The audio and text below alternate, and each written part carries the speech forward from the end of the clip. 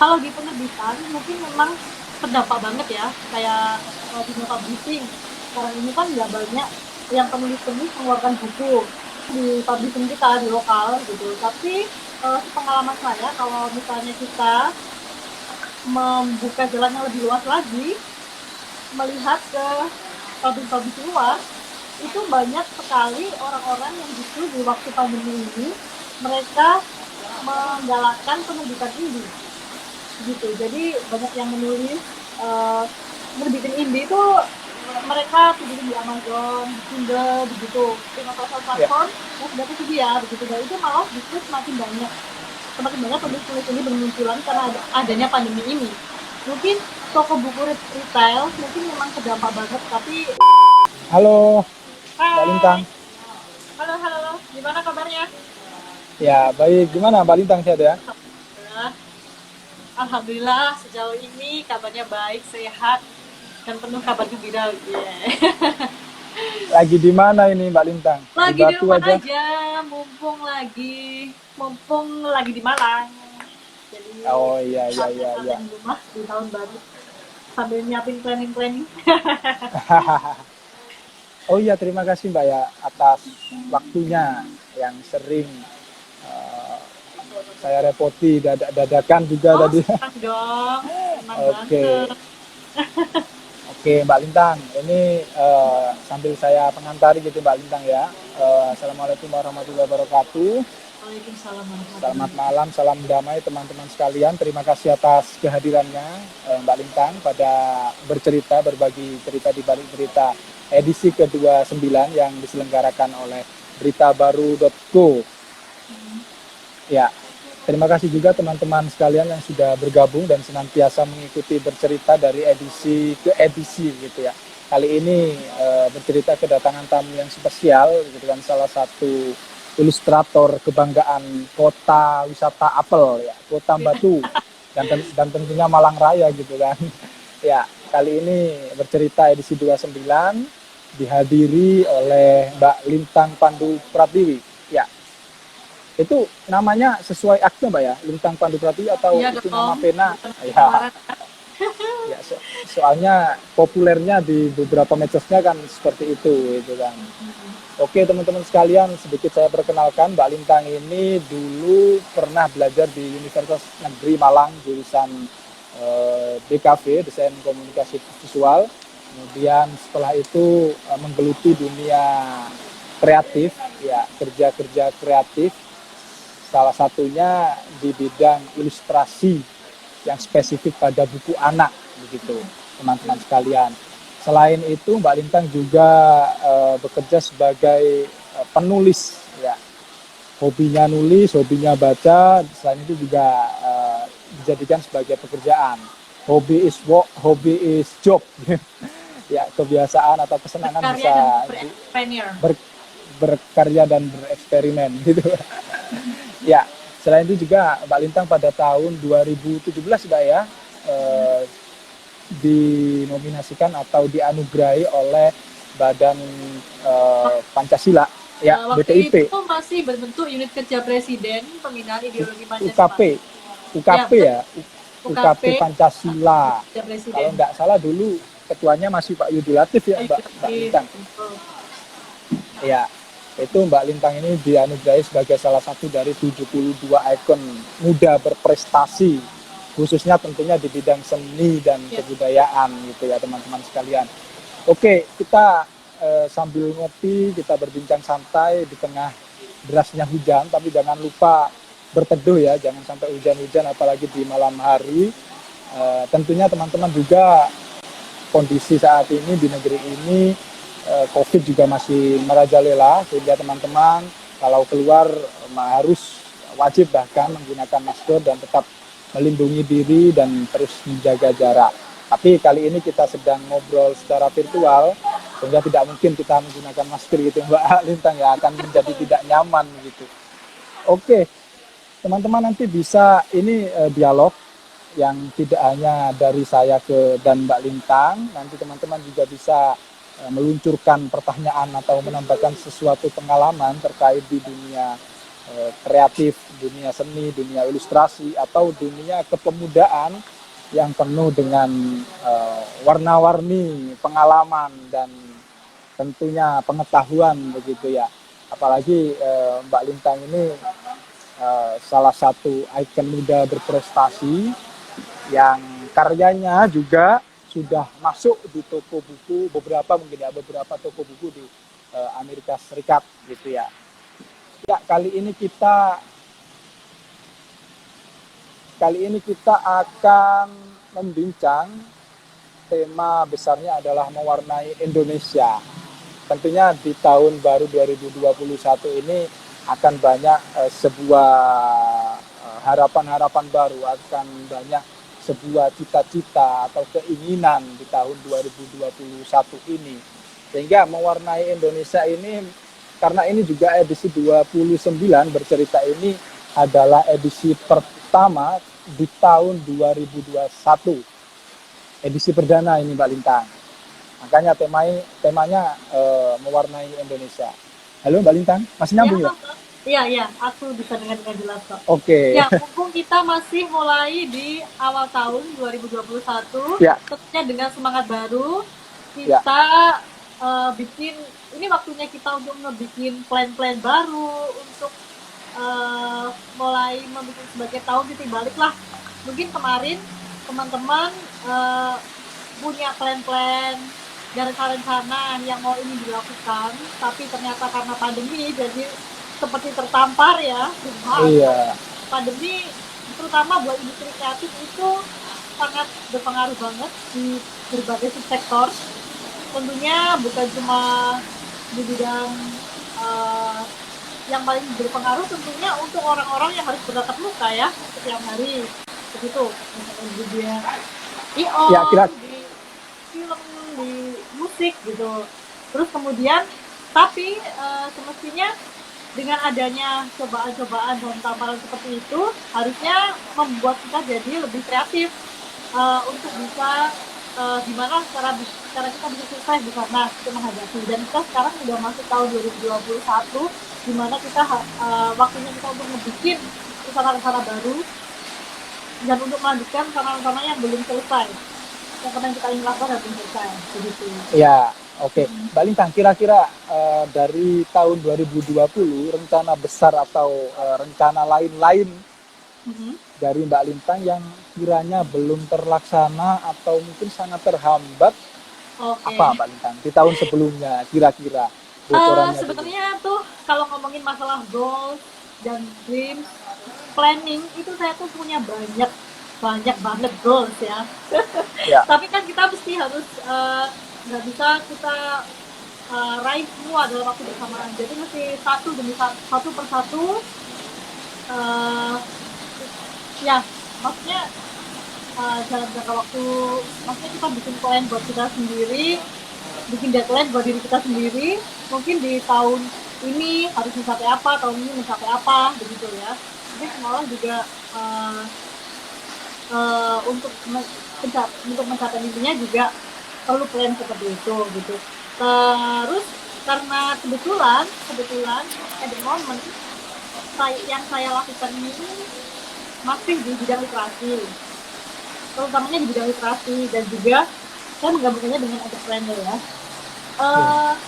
Maksudnya tidak hanya sekedar berkarya, tapi bagaimana kita bisa menjual karya tersebut gitu. Dan kebetulan kalau di dunia literasi, kalau di penerbitan mungkin memang terdampak banget ya, kayak di dunia publishing sekarang ini kan nggak banyak yang penulis-penulis mengeluarkan buku di ya, di publishing kita di lokal gitu. Tapi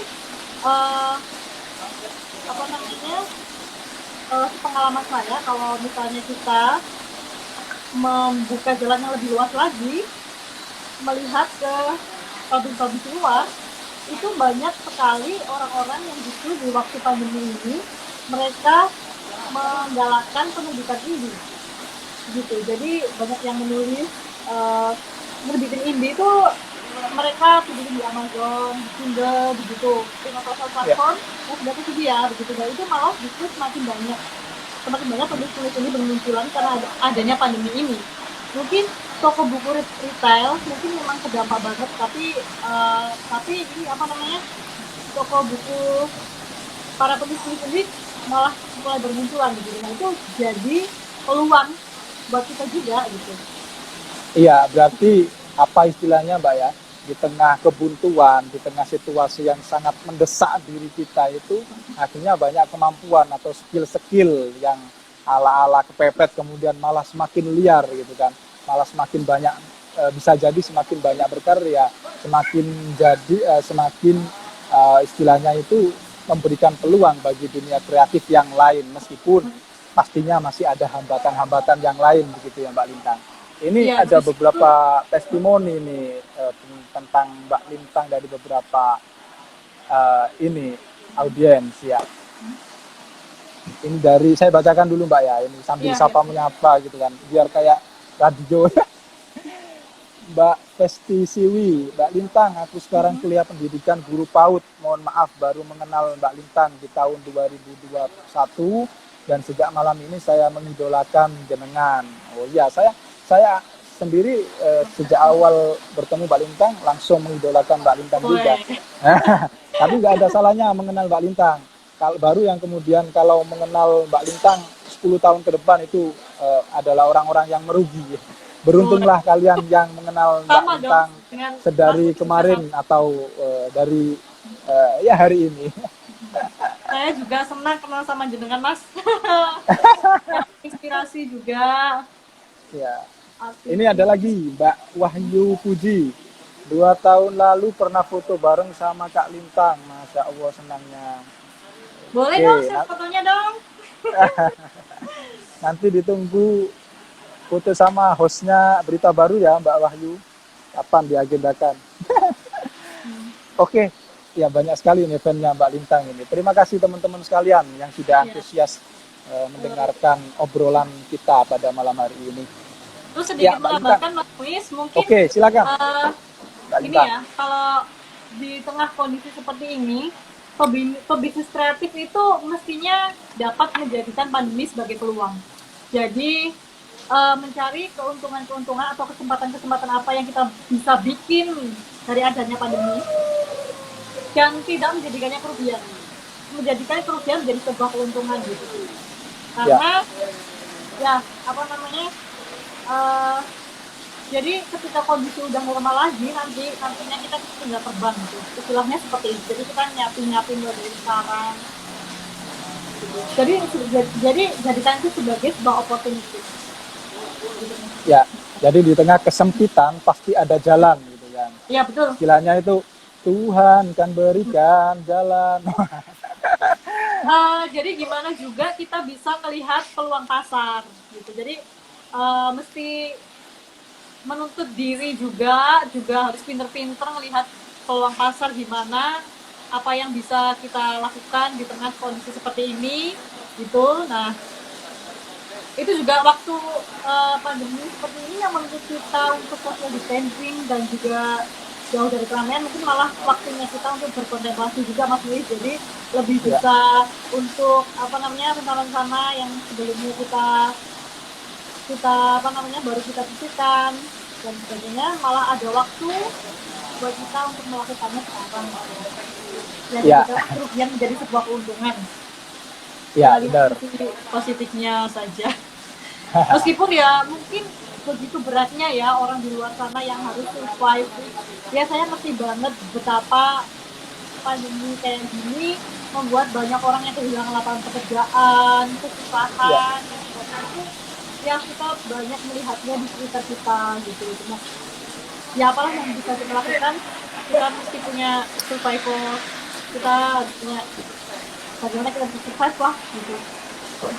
Jadikanlah menjadi sebuah opportunity. ya benar. Semua pasti ada peluang-peluang yang perlu kita raih gitu ya Mbak Lintang ya.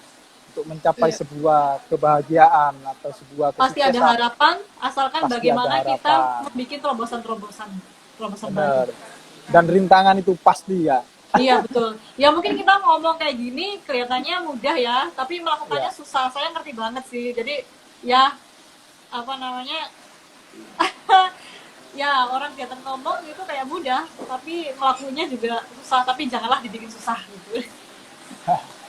Ya. Oke, Mbak Lintang sejak kapan mulai suka menggambar? Apakah sejak masuk DKV UM atau sebelum-sebelumnya juga sudah Sebenarnya tuh senang kalau menggambar saya atau berkarya?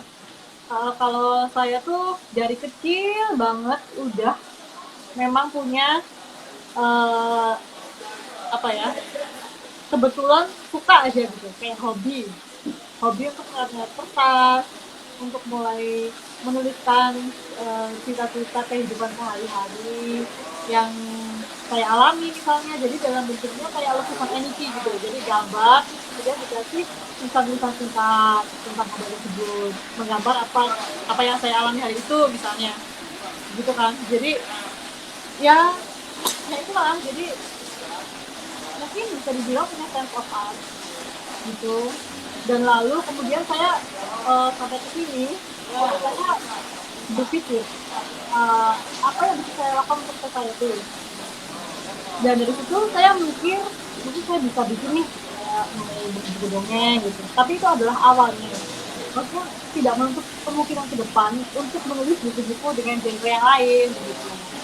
Ya, ya. Dan juga sebenarnya tuh saya malah nggak suka disebut deep down in my heart, saya tuh nggak suka disebut sebagai ilustrator. Sebenarnya itu gimana gitu ya, maksudnya saya lebih suka disebut sebagai yang seniman atau entrepreneur gitu. Ya. Lagi pula sebagai seorang seniman juga di zaman sekarang kita nggak bisa hanya sebagai seniman murni, karena Ya. Bagaimanapun kita mesti dituntut untuk bisa punya skill entrepreneur, kita harus bisa Benar. menjualkan kita. Dan kebetulan di bidang seni ini, di bidang apa namanya, melukis, menggambar itu sebenarnya adalah salah satu hobi, bukan goal utama saya juga gitu. Saya masih ingin merambah ke bidang-bidang seni lain begitu. Oke, membincang terkait seni dan bisnis, art and business gitu kan. Nah, ini ada pertanyaan menarik dari Agnes Tifairel.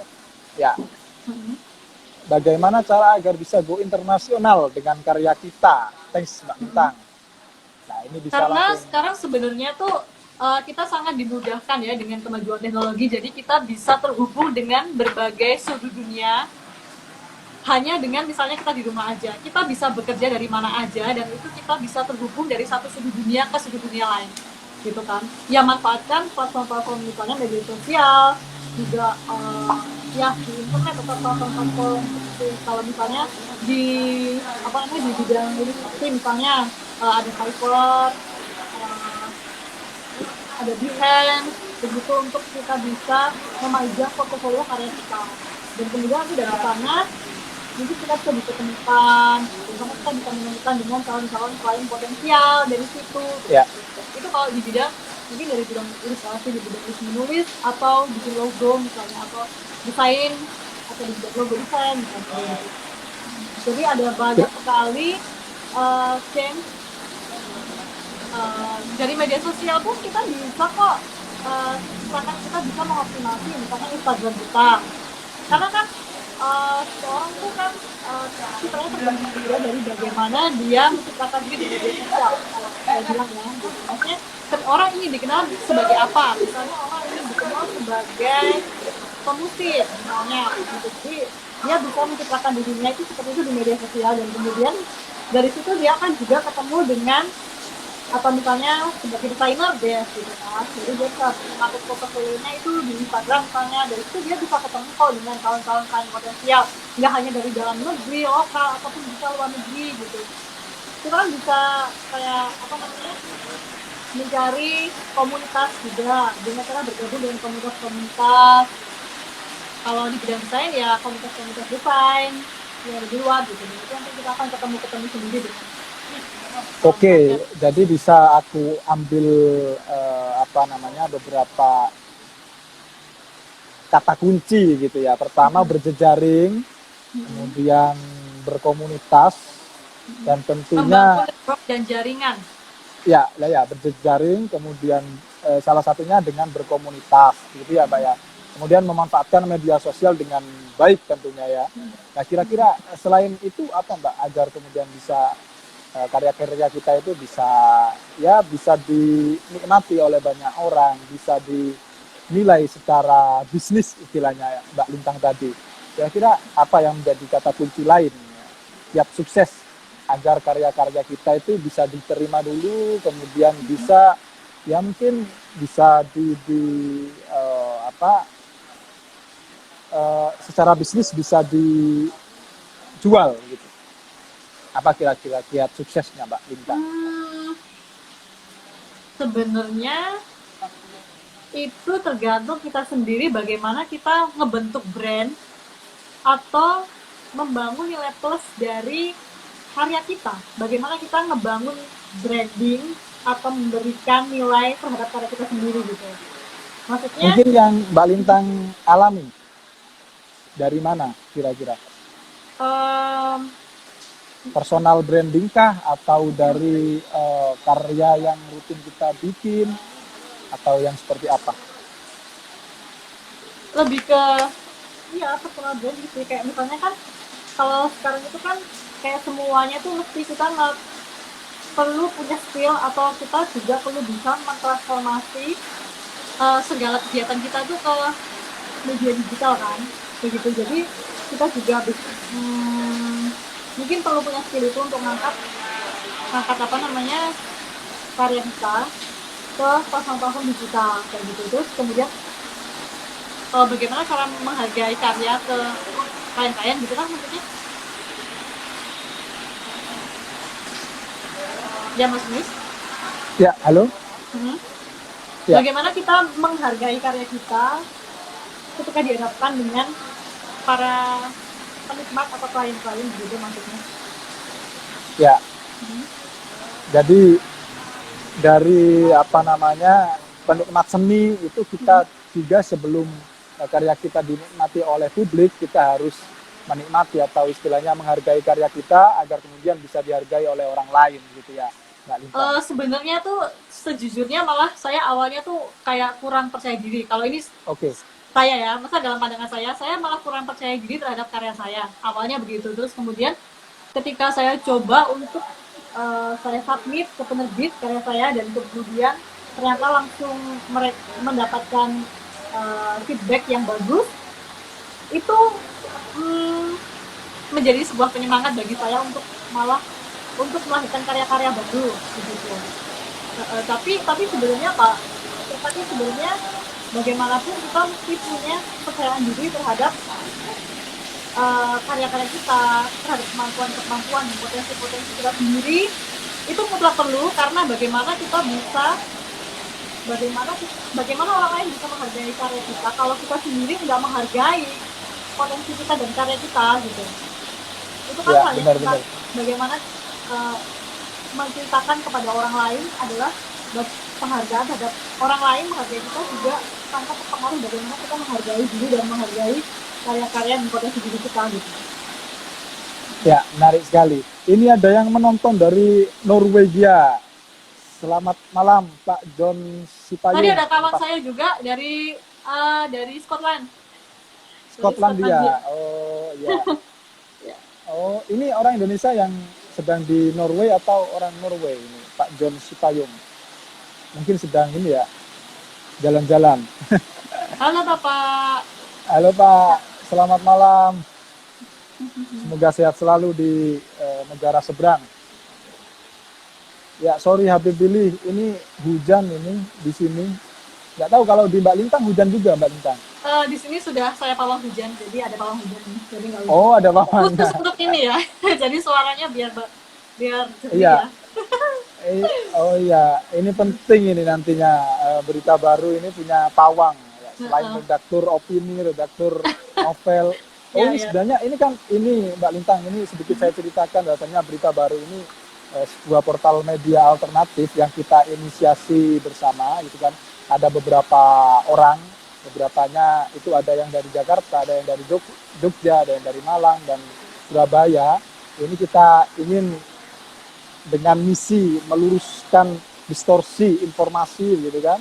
Ini kita menginisiasi berita baru ini sebagai media publik yang sehat dan menyehatkan gitu. Ya, Nah ini juga sangat terbuka kepada siapapun, entah itu penulis cerpen, puisi dan lain-lain, untuk karyanya dimuat di beritabaru.co. Dan tentunya karya Mbak Lintang ini kalau ada ini pasti ini akan sangat senang dan gembira kami, khususnya tim beritabaru.co akan sangat bergembira dan bahagia jika menerima karya Mbak Lintang yang akan diterbitkan di portal beritabaru.co ini Mbak Lintang.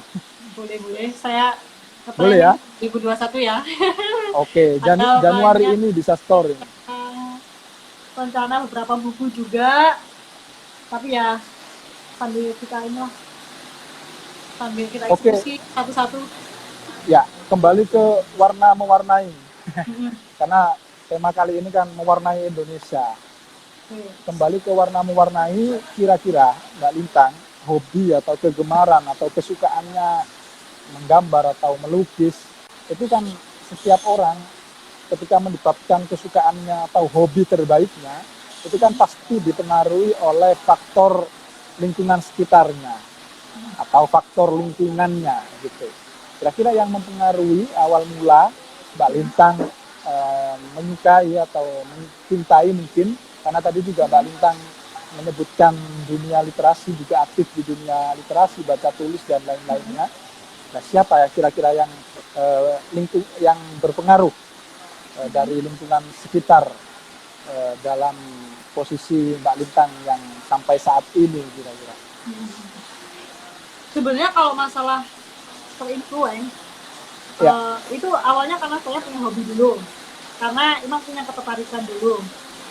Kebetulan orang tua saya juga punya sense of art juga terhadap bidangnya masing-masing gitu. Jadi mungkin ada darah seni juga menurut yang apa namanya, yang termasuk influence. Jadi saya influence terhadap seni, tapi yang mendorong saya untuk berkarya itu adalah sebenarnya keresahan juga terhadap keresahan terhadap isu sosial. Jadi saya merasa ingin punya message to deliver, apa yang bisa saya apa itu yang bisa saya angkat, juga bagaimana saya bisa menginspirasi sekitar melalui dengan cara yang halus gitu. Jadi kalau bagi saya seni itu kan bahasa visual yang halus untuk mempengaruhi orang lain gitu.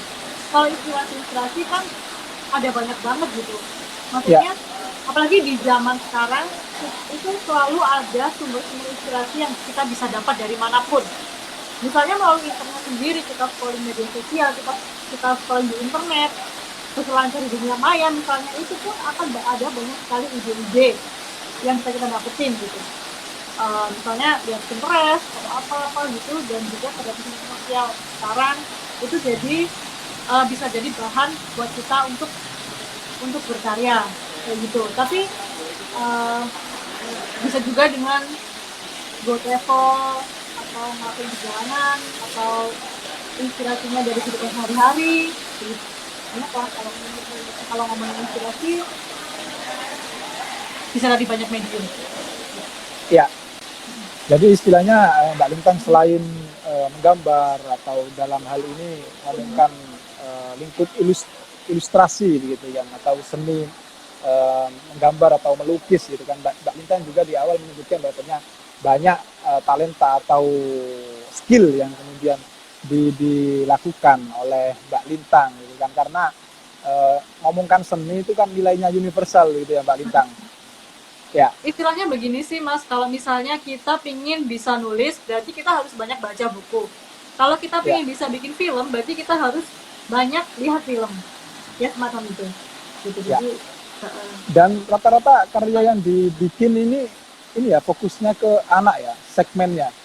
currently iya, Iya, selama ini kebanyakan mostly memang untuk anak-anak, dan juga saya punya tim studio juga kebetulan. Jadi ya,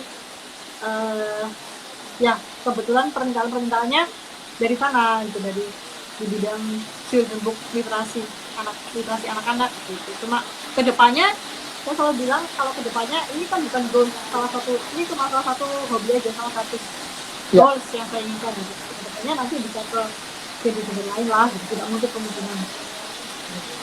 ya. Itu kapan Mbak kira-kira awal karya Mbak Lintang dipublikasikan? Entah itu Oh, berbentuk digital atau ya gitu kebetulan cetak itu mungkin. pertama kali saya bikin buku itu tentang kumpulan dongeng klasik Indonesia yang diterbitkan oleh Alex Media Komputindo. Itu awal banget saya berkarya. Tapi sebelum itu saya juga sebagai ilustrator majalah Bodo, Koran Kompas, majalah Girls. Kebetulan 3 majalah mayor di Indonesia yang apa di bidang buku anak ini, kebetulan saya sebagai kontributornya, sebagai ilustratornya. Terus kemudian saya bikin buku yang diterbitin oleh Alex Media Komputindo. Lalu setelah itu saya berpikir saya pengen ini masuk ke pasar luar. Dari situ saya mulai upload karya saya di berbagai platform. Kemudian dari situ saya ketemu dengan editor, saya ketemu dengan author yang tertarik dengan, dan juga publishing yang tertarik sama karya saya, dan beliau minta saya untuk uh, bekerja dengan dia gitu. Nah itu pertama kali buku saya itu pertama kali buku luar saya judulnya Dancing Lily, autornya dari Chicago. Itu pertama kali. Bisa. Kemudian next dari publishing Progressive Writing Science Press. Itu kemudian kemudian melalui word of mouth dan juga apa namanya kayak referensi dari rekan-rekan publishing, rekan-rekan editor gitu. Kemudian mulai banyak permintaan nih, saya akhirnya bikin link studio juga untuk ya mewadahi tentang permintaan itu. Sampai sekarang so far udah ada hampir 100 buku yang beredar di berbagai belahan dunia. Ada yang dari Amerika, kebanyakan maksudnya dari Amerika, Europe juga ada, Scotland di salah satu klien saya juga ada, Inggris, Jerman, kemudian ada yang diterjemahkan ke bahasa Spanyol juga ada, Jepang itu diterjemahin ke bahasa Jepang, Australia, Singapura gitu. Tapi itu Sejauh ini berapa yang dipublikasikan Mbak Lintang? itu saya bekerja sama tim 100 studio itu. saya. Kalau Oh yang gitu. kalau buku yang pribadi saya sendiri beberapa, cuma kalau yang kami kerjakan bersama tim studio ada sekitar 100 buku total. Mungkin hampir 100 buku lah, hampir menuju ke sana. Nah, itu kan buku-buku yang diterbitkan karya Mbak Lintang dan teman-teman, Hmm. itu bagaimana caranya kok bisa beredar ke beberapa negara itu kan? Ini kan menarik bocorannya itu. Hmm, uh, saya rajin untuk mengirimkan, saya rajin deketin. Ini sebenarnya apa ya namanya? Uh, apa namanya? Ini mahal sih itu. Nggak, maksudnya saya sering ini saya bikin proposal ke publishing gitu, dan kemudian kebetulan kebanyakan tuh adalah dari repeat order dan juga dari kawan-kawan rekanan mereka yang refer studio kami ke kawan-kawan publishingnya gitu. Kalau sejauh ini saya masih door to door sih, jadi kayak semacam proposalnya saya masih nawarin langsung, saya nembak orang satu-satu gitu loh, masih saya belum ada platform sendiri gitu, tapi kebetulan itu pun kadang-kadang kewalahan gitu.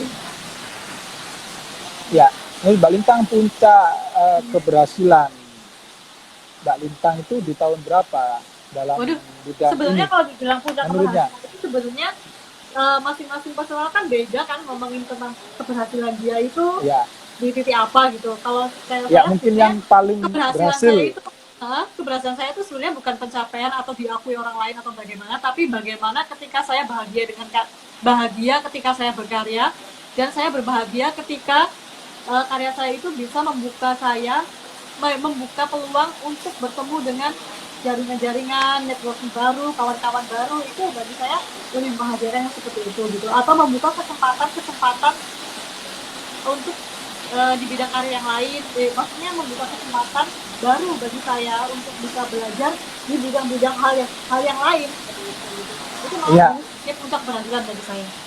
luar Kalau tahun biasa. 2017 dulu, kalau untuk mungkin apa ya namanya, kalau dibilang kan dapat beberapa penghargaan juga kebetulan tahun 2017 sempat dapat 72 icon dari KPPIP, kemudian dibagikan juga oleh media Indonesia sebagai 40 anak bangsa penakut dunia. Kemudian ya beberapa penghargaan seperti itu gitu. Tapi yang lebih membahagiakan dan yang lebih berharga bagi saya ketika karya saya bisa menginspirasi orang lain, bisa memberikan kebahagiaan bagi orang yang membaca, misalnya seperti itu. Ya, menarik sekali definisi keberhasilan, kesuksesan atau bahkan puncak kesuksesan dari Mbak Lintang ini, Saya teman-teman malah sekalian. paling senang Rasanya ketika itu membuka jalan saya untuk bertemu dengan orang-orang baru dengan jaringan-jaringan networking gitu. Kebetulan di apa namanya, saya bisa dari saya berkarya seperti ini gitu. Kan seniman itu kan luas ya, maksudnya bisa bergaul dengan dari kalangan manapun gitu. Bisa kenal dari kalangan birokrat, dari kalangan seniman lain, dari teman-teman sutradara, teman-teman orang film misalnya, kemudian sesama seniman juga di dalam maupun luar negeri gitu. Bagi saya itu adalah sebuah kebersamaan banget. ya, karena seni itu sifatnya universal, maka seniman juga harus membaur gitu kan istilahnya. Betul. Bisa Kebetulan seniman itu bisa luas banget, pergaulannya bisa menerima dan diterima kemana-mana dan oleh itu banyak bisa lebih kalangan. luas gitu.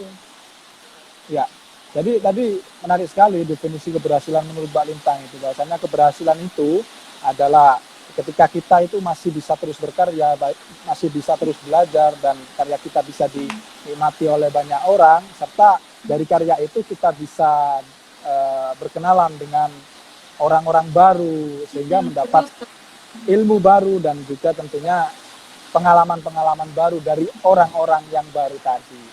Itu ya, bukan sebuah piala, trofi atau itu ya. Itu hanya bonus ya Mbak Lintang ya. Itu adalah penghargaan yang sangat patut untuk disyukuri gitu.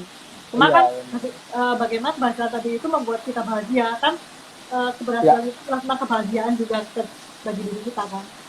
Bahagia itu adalah perjalanan dan tujuan. Jadi yang bahagiakan ya hal-hal yang kita tadi itu. Penghargaan yang berbentuk apresiasi dari orang lain juga sangat patut disyukuri dan sangat membahagiakan juga. Ya, oke Mbak Lintang. Kemudian kenapa lebih memilih ke ilustrasi dengan tema dunia anak gitu kan? Kira-kira ada kendala apa atau mungkin ada harapan apa dari Mbak Lintang untuk generasi anak menuju remaja atau mungkin anak dan remaja di Indonesia khususnya Mbak Lintang? Sebenarnya ilustrasi yang kita bikin juga itu untuk anak-anak memungkinkan kita untuk bisa berpikir lebih kreatif dan membuka imajinasi kita seluas-luasnya. Maksudnya adalah bahwa mungkin kalau genre-genre tertentu itu akan ada batasnya, maksudnya akan lebih saklek misalnya seperti itu. Tapi ketika kita melakukan art yang tujuannya untuk anak-anak itu kita seperti bisa membebaskan imajinasi kita dan pemikiran kita untuk seluas-luasnya begitu. Maksudnya dunia anak adalah dunia imajinasi. Ya, apalagi kita juga senang gitu kalau bisa kalau kita bisa berkarya untuk anak-anak, karena anak-anak ini tuh maksudnya mereka tuh kan seperti apa ya, mudah banget gitu loh untuk menerima masukan-masukan. Ya. Ketika mereka baca karya kita gitu tuh mereka tuh gampang kayak kita bukan sedang menggurui mereka, tapi mereka merasa bahwa itu kan bahasa visual gitu ya. Bagaimana kita bisa mempengaruhi anak-anak melalui bahasa visual, lewat gambar, lewat karya tulisan itu gitu. Ya. Benar sekali. Dan lagi pula anak-anak itu adalah usia emas di mana mereka mudah sekali untuk pendidikan karakter usia dini itu yang paling mempengaruhi karakter mereka, perkembangan karakter mereka di usia selanjutnya gitu. Jadi ya itu generasi kita masuk ke anak-anak karena mereka adalah generasi emas gitu.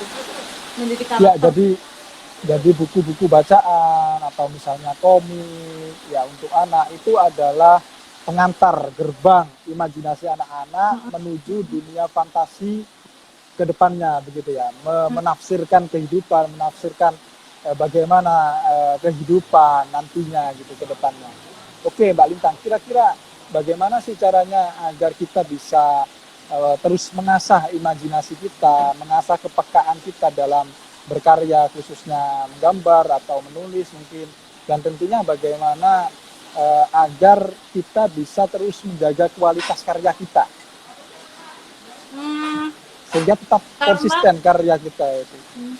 karena kita pasti akan selalu bertemu dengan kreator-kreator baru yang karyanya akan jauh lebih hebat, karena di atas langit selalu ada, di atas langit pasti ada langit ya. Ya, Eh, eh,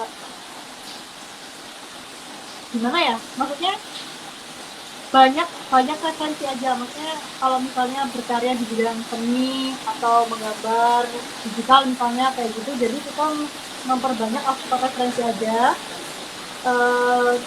berlatih dari, nggak mesti harus dari kawan-kawan, tapi bisa dari internet, kan banyak sekali tersedia tutorial gitu, jadi belajar tutorial gitu, terus mengasah kemampuan kita. Tapi sebenarnya apa ya, karena kembali lagi teknologi digital itu kan selalu berkembang gitu loh Mas, selalu ya, berkembang. Mungkin sekarang kita menguasai suatu hal baru dan ternyata uh, beberapa waktu kemudian ternyata apa yang kita kuasai itu sudah tidak relevan lagi begitu, karena kan teknologi digital telah berkembang sih gitu. Jadi yang lebih penting lagi adalah bagaimana kita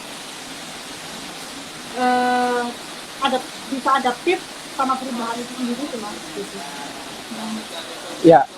Jadi dengan bertemu Mengasah. orang baru, bertemu karya baru, akhirnya kita ya tadi istilahnya Mbak Lintang itu belajar dari orang lain dan belajar dari karya orang lain itu gitu ya, Ya tentu sehingga saja dari orang ya, lain gitu. Cuma jadi karya-karya bisa jadi kritik balik gitu ya istilahnya Mbak.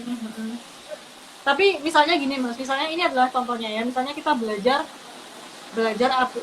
Photoshop misalnya, aplikasi Ya, multimedia Photoshop. Kemudian kita udah pintar banget nih, udah menguasai berbagai toolsnya gitu. Tapi kemudian karena kemajuan teknologi yang terus berkembang, mungkin suatu saat Photoshop gak relevan lagi karena ada aplikasi baru yang mungkin lebih instan lagi begitu. Padahal kita sudah menguasai berbagai skillnya gitu. Tapi nggak pernah ada salahnya untuk belajar. Cuma yang ingin kita tekankan di sini adalah bagaimana kita terus bisa adaptasi terhadap perubahan itu sendiri gitu. ya. Kemajuan teknologi gitu. Itu.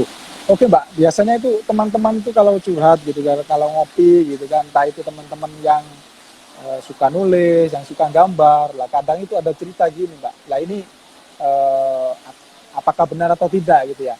Ada cerita kalau misalnya berhenti menulis atau berhenti menggambar beberapa hari atau beberapa minggu, itu akan memberikan kesan atau akan memberikan efek kita akan kesulitan untuk memulai atau mungkin kesulitan untuk menjaga kualitas tulisan kita sebelumnya gitu. Ya itu Ya saya gampangnya merasa nih istilah kekuk gitu, kekuk lagi gitu. Gimana menurut Mbak Lintang? itu kayaknya problem semua orang, karena saya juga sangat merasakan hal seperti itu, kayak memulai sesuatu hal baru yang kita kita nggak lakukan sebelumnya gitu, kayaknya berat banget ya, kayak harus dipaksa untuk bukan dipaksa ya, kayak misalnya harus menekuni suatu hal yang sudah lama tidak kita tekuni misalnya, atau memulai suatu hal baru, memulai suatu pekerjaan baru gitu, kayaknya susah banget kalau kita nggak konsisten gitu. Jadi ya kita kayak mesti menuntut diri kita sendiri untuk konsisten gitu kan. Kalau misalnya punya passion di suatu bidang, ya kita juga mesti menuntut diri, memaksa diri untuk lebih konsisten mencapainya gitu.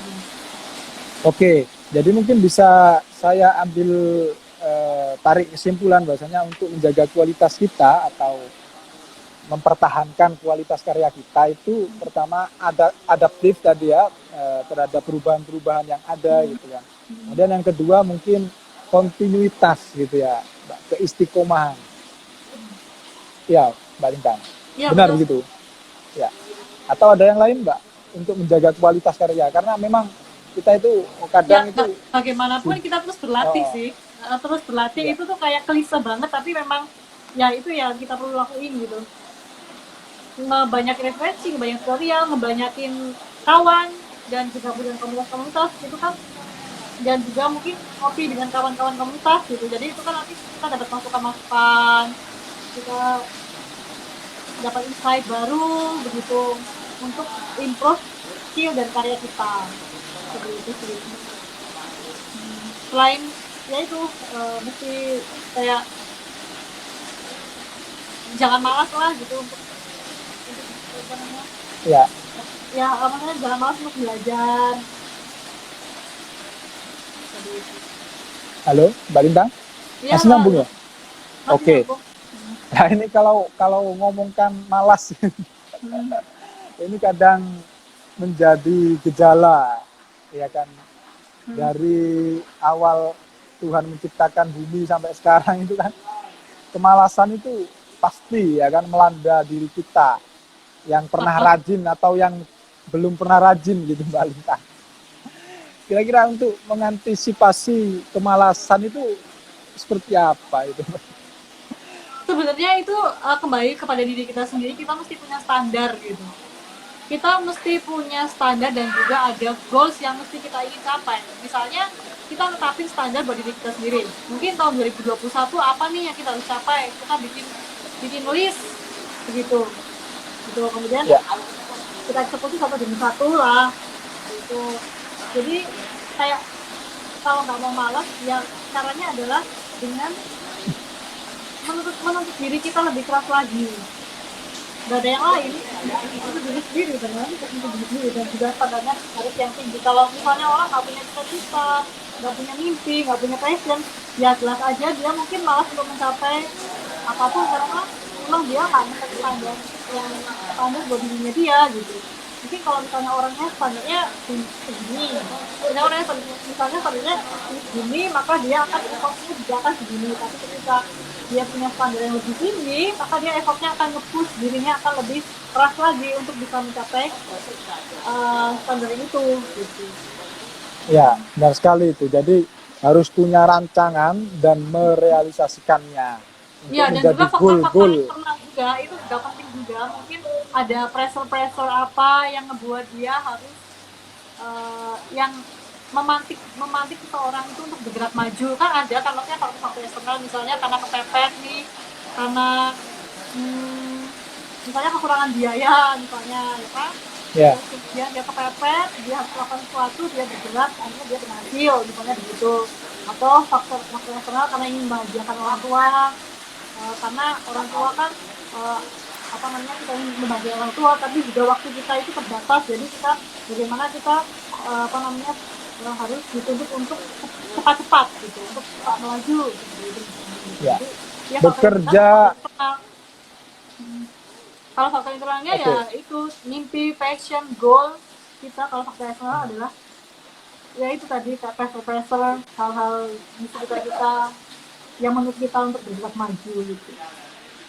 Bekerja, berkarya dan berjuang, Mbak Lintang ya. Tagline dari akun Follow your Instagramnya passion, Mbak be Lintang. prepared to work hard and sacrifice. Ya, Siap-siap. itu bahasa Maduranya. Karena orang kalau Halo? bekerja dengan passion, ya Oke. karena orang kalau bekerja dengan passion dia akan lebih bahagia juga sih. Cuma kan nggak semua orang punya privilege untuk bisa bekerja sesuai passionnya dia. Gitu. Ya, Kan akan jauh lebih menyenangkan ketika seseorang bekerja sesuai apa yang dia cita-citakan. Itu akan apa namanya, rasanya bekerja tidak seperti bekerja, tapi ya bersenang-senang lah. Jadi di hati itu kayak ikhlas dan tulus gitu tuh untuk melakukan segala sesuatu. Karena kalau misalnya kita kerja nggak sesuai passion atau nggak sesuai cita-cita, kadang-kadang ketika di tengah jalan ada tantangan, itu mungkin kita susah banget untuk bisa bangkit lagi, untuk bisa get up, untuk bisa apa namanya, ngadepin dan mencari solusi atas masalah-masalah tersebut.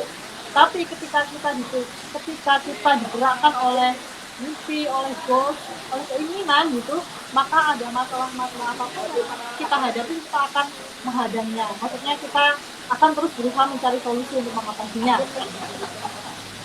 Ya, Tapi ini saya kan juga bahwa nggak semua orang punya privilege untuk bisa bekerja sesuai kebutuhan dan passionnya, tapi nggak apa-apa. Ya, maksudnya disyukuri aja kehidupan yang diberikan itu, kita mesti uh, jalani dengan penuh syukur aja gitu.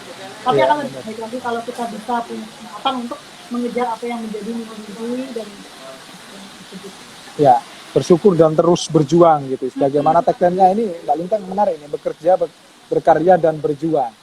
Ya, kira-kira nilai perjuangan yang seperti apa yang Mbak Lintang pegang dari awal sampai saat ini, ya Uh, kan?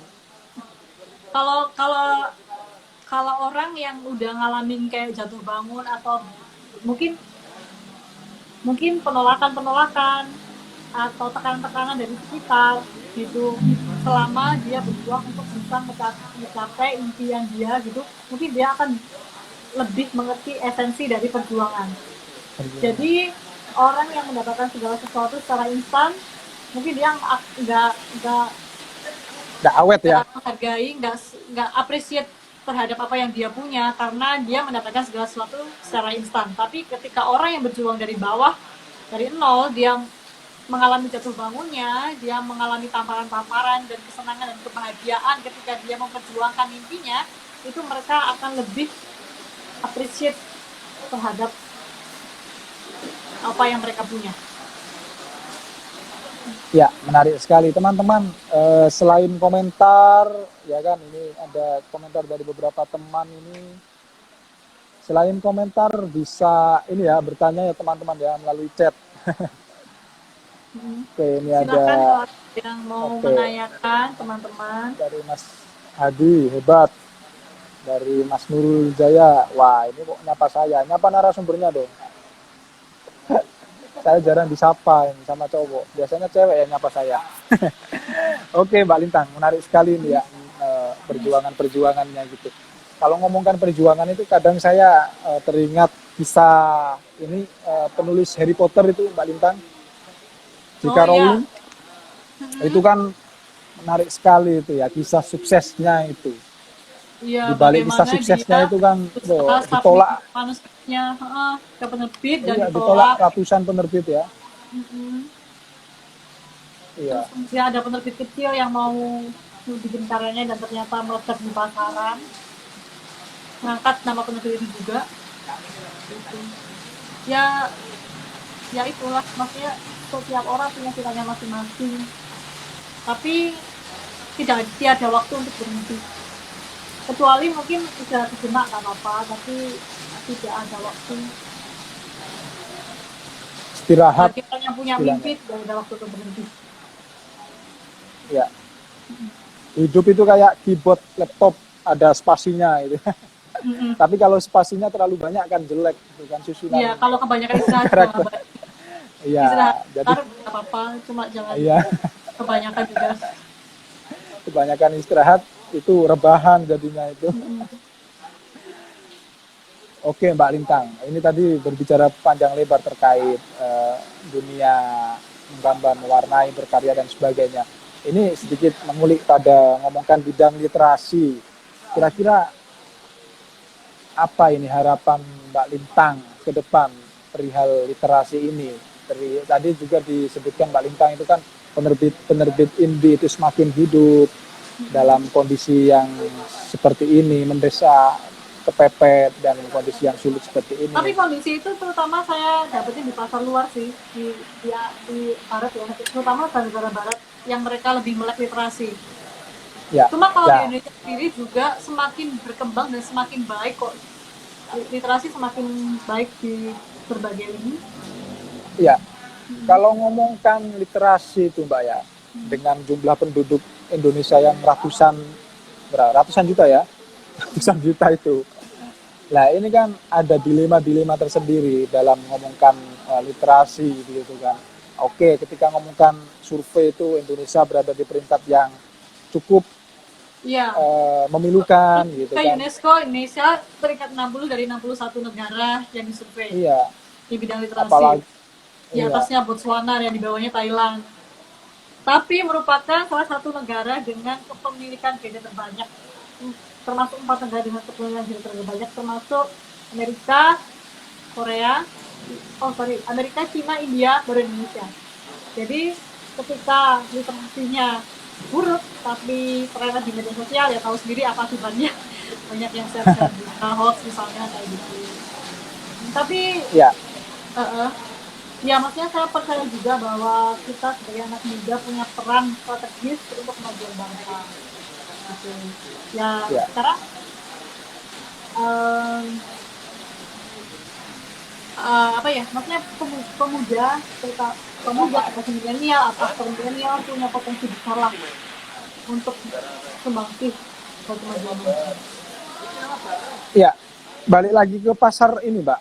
Kok saya Hmm. sedikit menarik terkait pasar luar negeri sama dalam negeri. Ini kan keseringan tadi Mbak Lintang menyebutkan pasar luar negeri. Kira-kira ada apa dengan pasar Indonesia? Sebenarnya tuh di Indonesia juga bagus iklimnya. Cuma kan Kurang kita kan profit atau gimana? pasar apa ya, maksudnya dalam bidang apa dulu nih? Eh, Ya perbukuan. kalau kalau kalau literasi di pasar barat itu memang karena saya pikir karena orang barat lebih melek literasi ya, Ya, negara maju lebih melek literasi, jadi banyak yang termotivasi untuk menerbitkan buku-bukunya sendiri secara indie. Jadi siapapun oke. bisa bikin buku indie, siapapun secara personal gitu. Nanti kita bisa jual itu buku-bukunya di Amazon misalnya ya, di Google, secara apa namanya, dalam bentuk digital bisa, audiobook juga bisa gitu. Jadi ada Ya, beberapa opsi lah gitu. Di Indonesia sendiri juga banyak kan tradisi India perempuan juga bagus kok perkembangannya. Jadi iya, Mbak. cuma Di mungkin Indonesia ini kalau ngomongkan literasinya itu ada sesuatu fakta yang memilukan, Mbak Lintang. Pembajakan buku. Itu menurut Mbak Lintang seperti apa? pembajakan Pembajakan. pembajakan wah, Iya. Nah, kalau dibandingkan dengan luar negeri tipis seperti sih apa ya, apresiasi itu terhadap sangat tipis karya? ya, maksudnya ke apa namanya, orang kreativitas orang dibajak dengan kayak gitu, maksudnya nggak bertanggung jawab gitu loh, si pembajak ini kok segitu tidak bertanggung jawabnya dan tidak punya hati untuk apa namanya, mengambil karya orang secara kayak gitu. Itu bagi saya itu miris banget sih gitu, maksudnya ya kayak kesadaran itu tuh kayak harus kita tanamkan pada diri kita sendiri gitu, untuk nggak baca buku bacakan, maksudnya dimulai dari diri kita lah, minimal mungkin dimulai dari kita, diri kita sendiri, gimana kita nggak baca buku-buku bacakan, atau misalnya kalau dengan mengapresiasi kalau ada teman kita yang ngebikin buku, kita apresiasi dengan beli, kita bisa gratisan kan, kebanyakan kita juga masih minta gratisan kan, bukan cuma buku aja, software misalnya kan begitu banyak sih kayak Indonesia atau kita semua Ya, gitu, sekitar kita juga masih mintanya, masih minta gratisan, minta bajakan kayak gitu.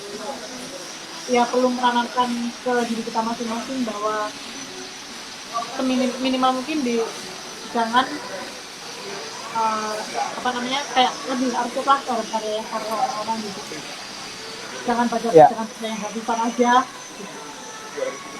ya. Jadi bisa dikatakan tingkat atau rendah tingginya literasi di Indonesia itu berbanding lurus ya dengan tingkat apresiasinya, Pak ya. Kayak di Indonesia ini Iya, kan, ya mungkin bisa iya, juga, atau bisa mungkin dikatakan seperti karena itu ya. pengaruh karena kita masih negara berkembang kali ya, jadi uh, literasinya juga belum bisa sebagus dengan negara-negara yang udah maju gitu, tapi ya kita berkembang ke arah yang lebih baik lah mudah-mudahan. Ya, oke. Ini pengen tahu sedikit ini Mbak terkait prosesnya dulu Mbak. Kok Hmm. bisa sampai masuk, bagaimana prosedurnya atau bagaimana prosesnya bisa terpilih menjadi salah satu 72 ikon prestasi UKP Pancasila kala itu Mbak. Kalau kalau itu sebenarnya saya kurang tahu bagaimana prosesnya, karena waktu itu kebetulan saya langsung apa Kontak namanya, ya. langsung mendapatkan apresiasi, karena itu kan bukan bukan kita yang mengajukan atau bagaimana atau melalui tes kan enggak, tapi kebetulan mereka langsung apa namanya, langsung mengundang saya gitu, langsung memberikan waktu itu gitu. Kebetulan saya di bidang waktu itu tuh kebetulan saya di bidang ini mas, di bidang seni. Kita ada 4 Seni ya. kategori, ada olahraga, ada kerja sosial, ada seni, terus satu lagi iptek ya kalau nggak salah gitu. Dan kebetulan di seni ini ada Pak Nyoman Water, ada Pak Galuh Nugroho, ya ada Bareng Pak Putu Wijaya ya. Pematung apa, Pak Putu Wijaya. Pak Putu ya, ada Pak Putu Wijaya juga gitu. Iya. Yang paling muda Mbak Lintang kala itu. Waktu Enggak, mendapat ada banyak anak-anak yang lebih muda, banyak banyak. Dari olahraga juga dia masih mungkin 7 tahun, dia udah juara-juara internasional gitu ya, udah keren-keren lah anak-anak muda. Saya termasuk yang ya tengah-tengah lah generasi. Oke, Mbak Lintang, kalau boleh tahu ini kan sudah masuk 2021, resolusi apa ini yang menjadi mimpi dan harapan Mbak Lintang ke depannya?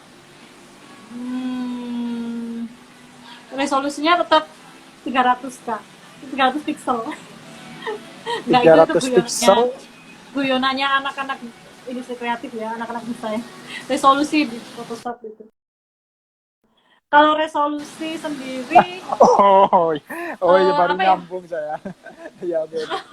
Ya itu guyonannya anak industri kreatif mas. Tergabung ya. Resolusinya adalah mengeksekusi ide-ide dan rencana. Ini untuk saya ya, mengeksekusi ide-ide dan rencana yang telah dibikin di tahun-tahun sebelumnya. Sama aja setiap tahun mungkin resolusinya seperti itu, Ya benar. tapi dengan setiap tahun baru itu kan kayak menumbuhkan semangat baru, harapan baru begitu. Terus berarti merealisasikan ide dan semakin banyak mengeksekusi rencana gitu ya. iya, iya. Saya Ya. tahun ini saya kepingin sekali bisa menekuni di bidang lain yang belum pernah saya lakukan, tapi masih jarang saya lakukan sebelumnya gitu. Jadi mengeksekusi ide-ide di bidang yang lainnya kayak gitu. Jadi bukan hanya di bidang ilustrasi dan bukan aja gitu, mengeksekusi ide ya itu sih. Bidang apa kira-kira Mbak? Bocoran dong. Kuliner, olahraga. Masih di bidang seni, masih di bidang Masih seni. di bidang Nah, saya seni. juga backgroundnya sebagai seniman sih. Ya. Seniman dan menggabungkan entrepreneur lah. Ya. Ya, yuk kita bikin harapan-harapan baru yang segar, yang bahagiakan, yang bahagia dan membahagiakan. Bikin terobosan-terobosan lah. Gitu. Boleh dong Mbak, sebagai closing statement, semangat dan motivasi kepada kita semua. Pada saya juga yang masih muda ini. Apa ya? Kayak gini aja sih. Maksudnya kalau punya goal, segera dieksekusi. Karena saya selalu bilang juga bahwa kalau kita punya mimpi juga mulai sekarang kita lakukan untuk bisa meraih itu, karena waktu itu cepat banget berlalu dan kita nggak kerasa, nggak sadar tiba-tiba sudah apa namanya, sudah berlalu begitu aja gitu. Kayak 1 tahun tuh kayak cuma 1 bulan gitu. Betapa cepatnya waktu berlalu. Jadi apa yang mau kita lakukan mulai dari sekarang, mulailah start now. Dan karena kalau kita sudah besok udah akan apa namanya, tertunda lama lah gitu. Maksudnya lakukan sekarang apa yang bisa kamu lakukan sekarang, jangan tunda-tunda gitu aja. Ya. Terus tetap ya positif mind, bukan cuma berpikir positif aja tapi mesti berperasaan positif. Positifnya itu yang benar-benar dari hati, cuma berperasaan. Kadang-kadang artinya kita nggak ikut ke perasaan positif gitu. Jadi Ya. apa namanya, selalu bahagia. Kita ciptakan sendiri kebahagiaan itu, karena kita tidak bisa menuntut dunia luar untuk membuat kita bahagia, tapi kebahagiaan kita ciptakan dari dalam. Ya itu klise juga, tapi itu penting. Terus ya apa namanya, terus apa namanya, banyak membangun jaringan sama networking aja. Ya itu. Ya, menarik sekali ya. Jadi teman-teman bercerita, teman-teman harus sering-sering mengeksekusi idenya, mengeksekusi rencana-rencananya sebelum ide dan rencananya basi gitu ya Mbak Lintang. Ya karena kan Berbanyak, namanya ya kita banyak persaingan gitu loh. Maksudnya di benar. luar juga banyak tantangan dan banyak persaingan. Kalau kita nggak eksekusi ide-ide dan goals kita sekarang, mungkin saja bahwa ide-ide kita telah dieksekusi sama orang lain dan kita akan ketinggalan. Kayak gitu. Ya, daripada kita terbunuh dengan ide dan rencana kita sendiri, maka teman-teman segera eksekusi ide dan rencananya untuk mewujudkan Indonesia di tahun 2021 yang bahagia dan membahagiakan. Terus memberikan warna bagi diri kita, orang lain, dan tentunya Indonesia gitu Mbak Lintang ya. Dan pesan saya juga buat terutama generasi milenial, jangan mudah terpengaruh sama tren-tren yang maksudnya kita harus bisa ngefilter setiap masukan atau apapun tren yang sedang bergejolak lah gitu, kita mesti bisa ngefilter dengan hati nurani kita sendiri apakah itu baik atau buruk begitu. Jangan asal ikut bersuara aja hanya karena itu tren, jangan hanya asal melakukan sesuatu karena setiap orang melakukan itu gitu, tapi kita perlu punya originalitas dan percaya sama hati nurani. Ya, terima kasih banyak Mbak Lintang. Tidak terasa 1 jam lebih kita berbincang-bincang. Ya? Iya, mudah-mudahan santai. bermanfaat ya dengan teman-teman. Ya. Kalau ada yang perlu ditanyakan, mungkin bisa japri. Ya. Itu. Terima kasih banyak Mas Muiz dan teman-teman. Ya, sama-sama. Kita juga terima kasih banyak kepada Mbak Lintang yang sudah berkenan live IG kali ini, dan pastinya secara personal sering saya repoti gitu Mbak Lintang. Saya malah senang kalau direpotin Mas Muiz, Mas. Oke. Terima kasih. Ya, sama-sama. 2021 itu masuk tahun keberapa Mbak Lintang? Maksudnya tahun apa? Umurnya? Umur? Oh, saya? Iya. Saya selalu 17 tahun, Mas. Oh. Lihat aja nih muka nih 17. Iya, ya sama. Kita kan seangkatan ya? gitu kan. Masih 16 Seangkatan tahun, kita. Iya. Oh iya, Mas Muiz. Iya. Apa namanya? Semoga lancar. itu di medium lain aja nanti. Ya, semoga lancar apa? Cita-citanya. Semoga banyak yang mendoakan. Iya, saling mendoakan. Semoga apa yang menjadi impian-impian di tahun-tahun kemarin yang belum bisa tercapai di tahun ini dan di tahun-tahun berikutnya. Amin. Semoga Mbak Lintang juga gitu. Ya, segala cita-cita baik, harapan baik segera terrealisasikan. Dan juga tentunya teman-teman bercerita gitu ya Mbak Lintang. Kita doakan semua agar semua segera merealisasikan ide-idenya menjadi sebuah kenyataan yang membuahkan hasil yang manis, berbuah manis. Betul. Oke Mbak Lintang, terima kasih banyak. Sampai ketemu lagi. Dan mempunyai goal bisa segera dieksekusi. Ya. Amin, amin. Dan semoga tentunya Mbak Lintang di tahun ini pandemi tidak lagi dijadikan alasan gitu ya Mbak Lintang ya. Betul. Kan tahun kemarin alasannya pandemi terus. Kenapa kamu nggak apa-ngapain gini pandemi? Ya, benar. Kalau masih ada teman-teman yang alasannya pandemi, lah ini nanti saya laporkan Pak Jokowi. Jadi kan kerugian menjadi sebuah keuntungan. Benar. Jadi kerugian itu. Siap. Selalu semangat. Oke Mbak Lintang. Ya. Selalu semangat. Gimana? Ya, terus semangat Mbak Lintang dan teman-teman, terima kasih banyak. Live IG kali ini akan ditayangkan kembali di channel YouTube beritabaru.co. Teman-teman bisa kunjungi channel, like dan subscribe. Kurang lebihnya terima kasih Mbak Lintang dan teman-teman, terus berkarya dan tetap semangat. Salam damai, salam satu jiwa, Arema. Oke, terima kasih. Bye-bye. Sampai jumpa lagi Mbak Lintang.